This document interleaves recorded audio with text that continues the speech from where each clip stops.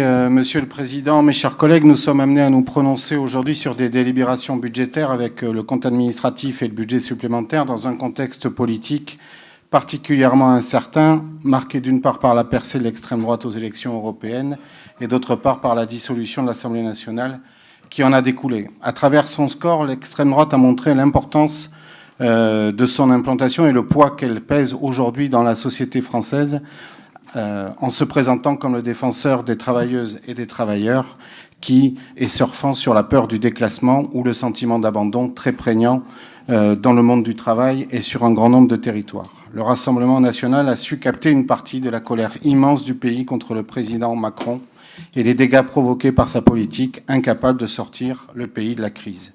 Il faut le réaffirmer aujourd'hui et dans les jours qui viennent, le Rassemblement national n'est toujours pas un parti comme les autres. Le choix d'Emmanuel Macron de dissoudre l'Assemblée place le pays face au risque inconséquent de voir une majorité absolue, sinon relative, d'extrême droite aidée par des alliances de circonstances. Il n'a eu de cesse d'être le marchepied de l'extrême droite durant les 7 dernières années et il continue à le promouvoir et le banaliser en renvoyant dos à dos l'extrême droite et la gauche dans son ensemble. Cette percée nous oblige à mesurer l'ampleur de la crise dans le réel et le quotidien de chacune et chacun.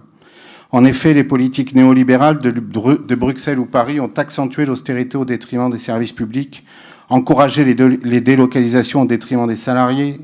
La multiplication des cadeaux au monde de la finance a définitivement balayé le principe de redistribution des richesses et nous en mesurons les répercussions tant sur les services publics que sur les investissements dans nos territoires, pour les collectivités dont la nôtre, ou encore dans le porte-monnaie des Françaises et des Français.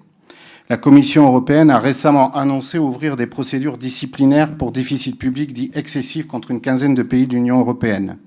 Une décision qui ajoute encore de l'incertitude quant à la situation financière de notre pays, alors que partout en Europe, l'extrême droite progresse en raison justement de ces politiques d'austérité, incapables d'enrayer les crises multiples auxquelles nous sommes confrontés. Cela aura des répercussions lourdes pour les collectivités dont la nôtre.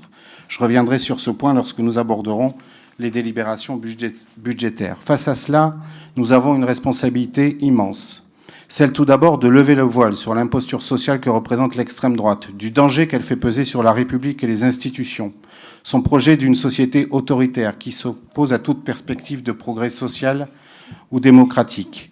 Avec la préférence nationale, le Rassemblement national se fait l'ennemi de l'égalité et de la fraternité et nous devons réaffirmer avec force l'importance de l'universalité des droits et de l'accès aux services publics dans notre pays. Notre responsabilité est donc immense en tant qu'hommes et femmes politiques et en tant qu'élus. Nous devons répondre aux besoins et aux attentes des citoyennes et des citoyens, de la jeunesse. À notre échelle, nous continuons à y prendre notre part et je tiens à réaffirmer l'importance de l'échelon départemental dans l'organisation des services publics de proximité, des solidarités et dans la réponse à apporter sur les territoires et aux habitants de notre pays. En atteste encore aujourd'hui le contrat départemental du pacte des solidarités, la signature de la charte d'engagement dans la lutte contre l'isolement des aînés, qui soulève une problématique silencieuse mais d'ampleur, dont le gouvernement refuse de se saisir, alors que le vieillissement de la population est un enjeu sociétal majeur dans les années à venir qui en appelle à des politiques ambitieuses. Ou encore le plan départemental d'action pour le logement et l'hébergement des personnes défavorisées 2024-2030.